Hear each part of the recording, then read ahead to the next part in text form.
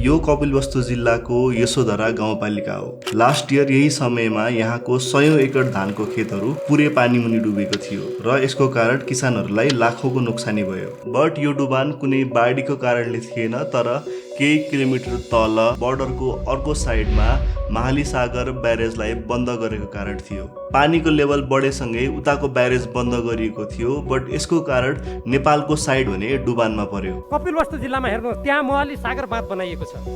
सीमाबाट 10 kilometre मात्रै दूरीमा बनाइएको छ। इन्टरनेसनल प्र्याक्टिस अनुसार यस्तो ब्यारेज बर्डरको 15 किलोमिटर माथि वा तल बनाउन मिल्दैन। त्यस्ता बाँधहरू बनाउँदा त्यो बाँध निर्माण गर्ने देशले अर्को देशलाई असर पर्छ कि पर्दैन भनेर उसले सोध्नुपर्छ। ब्यारेज खोलिदिनु भनेर पटक पटक रिक्वेस्ट गर्दा पनि उताबाट कुनै रेस्पोन्स आएन र अझै यस्तो घटना त हरेक वर्ष दोहोरिराखेको छ। अझै सरप्राइजिङ कुरा त के छ भन्दा यो मात्रै यस्तो किसिमको ब्यारेज होइन। इनफ्याक्ट यस्तो खालको ब्यारेज त 21 वटा छ जसले इन्टरनेसनल प्र्याक्टिसलाई भाइलेट गर्दैछ र यसको कारण नेपाल अझै धेरै रिस्कमा छ। यो ब्यारेजहरूले डडेलधुरादेखि मोरङसम्मको जिल्लालाई असर गरेको छ र अझै नेपालमै लिगल्ली बनेका प्राय ब्यारेजहरू पनि इन्डियाकै कन्ट्रोलमा छ।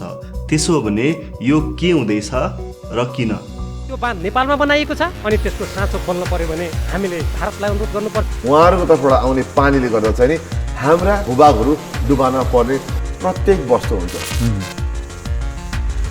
सबैभन्दा पहिला हामीले के बुझ्न आवश्यक छ भन्दा नेपाल आफैमा फ्लड प्रोन एरिया हो। हाम्रो जियोग्राफिकल बनावट नै त्यस्तो छ।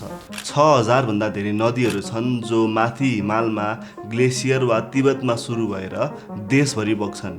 सी लेभलदेखि 8000 मिटर भन्दा अग्लो सगरमाथादेखि जम्मा 60 मिटर अग्लो झापासम्म, त्यो पनि 200 किलोमिटरको एरियामा हाम्रो देश नै स्लोपमा बसेको छ। जमिन मुनिको टेक्टोनिक प्लेट पनि स्टेबल छैन, जसको कारण भुइँचालो र पहिरो गइरहेको छ। क्लाइमेट चेन्जले ग्लेसियरहरू छिटो पग्लिँदा पानीको लेभल पनि बढेको छ। अनि जसै मनसुन आउँछ र हेभी रेन सुरु हुन्छ, बाढी र पहिरो रोक्न इम्पोसिबल हुन्छ। Parts of the region are experiencing some of the heaviest post-monsoon rains for years. So बाढी त नेचुरल कारणले हुँदैछ भने म किन इन्डियालाई दोष लाउँदैछु र यो भिडियोको पोइन्ट नै के भयो त? पोइन्ट के हो भन्दा यसमा इन्डियाको धेरै ठुलो हात छ। हाम्रो रिभरको प्राय पानी अल्टिमेटली पुग्ने भनेको इन्डियामा नै हो, जुन प्राय यूपी र बिहारमा पुग्छ। Several rivers originating from Nepal area in full speed causing massive flooding in several parts of Bihar. नेपालको बाढी इन्डियाको लागि पनि चिन्ताको विषय हो र यो समस्या त ब्रिटिसरहरूले इन्डियालाई राज गर्दादेखिको समयदेखि नै छ। ब्रिटिसर्सहरूले इन्डियामा बाढीलाई रोक्न र खेतमा पानी पुर्याउन इम्ब्याङ्कमेन्ट र ड्यामहरू बनाउन थाले। 1947 मा उनीहरूले इन्डिया छोडेर जाँदासम्मको समयमा 5000 किलोमिटर भन्दा लामो इम्ब्याङ्कमेन्ट उनीहरूले बनाइसकेका थिए। बट यसले राम्रोसँग काम गरेन।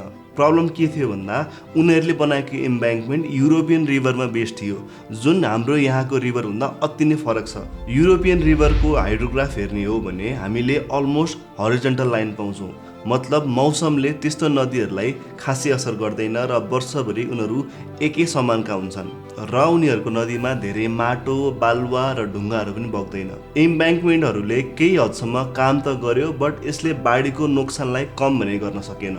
इन्डिपेन्डेन्स पछि इन्डियाले ब्रिटिसरहरूले जे गरिरहेका थिए त्यसलाई नै कन्टिन्यू राखे। 15th of August 1947, the British Empire in India has come to an end. B.R. अम्बेडकरले पानीको यो मुद्दालाई नेसनल इस्युको रूपमा हेरे र त्यो टाइममा इम्ब्याङ्कमेन्ट र ड्यामको प्रोजेक्टहरूलाई राष्ट्रिय गौरवको प्रोजेक्टको रूपमा हेरिएको थियो।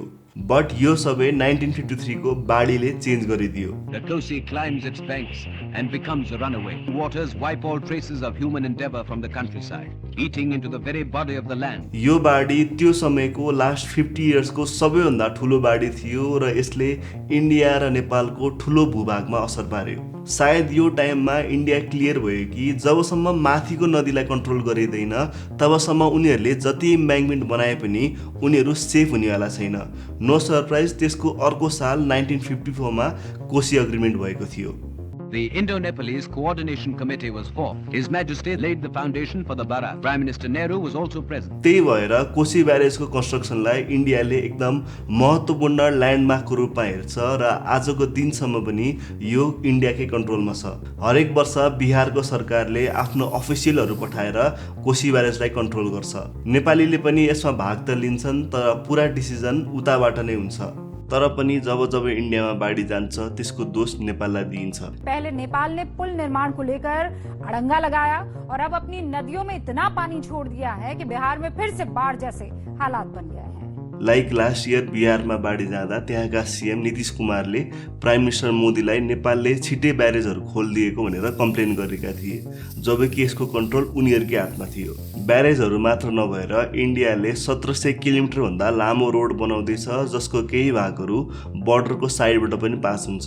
त्यो रोड ग्राउन्ड लेभलबाट 10 फिट भन्दा अग्लो हुनेवाला छ, जसको कारण कतिवटा ठाउँमा नदीको बहावहरू रोकिनेवाला छ। यो नेपालको सिमानाबाट नजिकै छ, यसको उचाइ छ र सँगसँगै राजमार्ग पनि छ। उता पानी रोक्ने बित्तिकै यताको पानीको लेभल बढ्छ र हामी रिस्कमा आउँछौँ।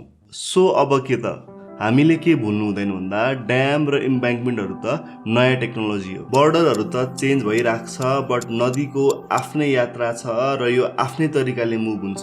कोशी आफै लास्ट 200 वर्षमा 100 किलोमिटर भन्दा धेरै मुभ भइसक्यो। इन्डियालाई मात्र ब्लेम गरेर त यसको समाधान हुनेवाला छैन। प्रोपर कम्युनिकेसन त हाम्रो साइडबाट पनि नभएकै हो। बाढी आउने सिजनमा मात्र यो ड्यामहरू र विगतमा भएका असमान सन्धिहरूको कुरा उठ्छ, बट बाँकी समय यसको चर्चा नै हुँदैन र यसको मुद्दा उठाउनेहरूले पनि यसको समाधान भन्दा पनि पपुल्यारिटीको निम्ति मात्र गरेको जस्तो देखिन्छ। There are some issues left by history that need to be addressed in good health. जति क्लाइमेट चेन्ज एक्सट्रिम हुँदैछ र हामी नदीलाई आर्टिफिसियली कन्ट्रोल गर्न खोज्छौँ, हरेक वर्ष बाढीको रिस्क बढ्दैछ र यसले न हामी सेफ छौँ र न इन्डिया नै। सो इन्डियाले हाम्रोमा बाढी ल्याउने त होइन, बट यसलाई कन्ट्रोल गर्ने काम भने पक्का पनि गर्दैछ। Thank you so much for watching. I am Dipesh and this is the Nepali comment.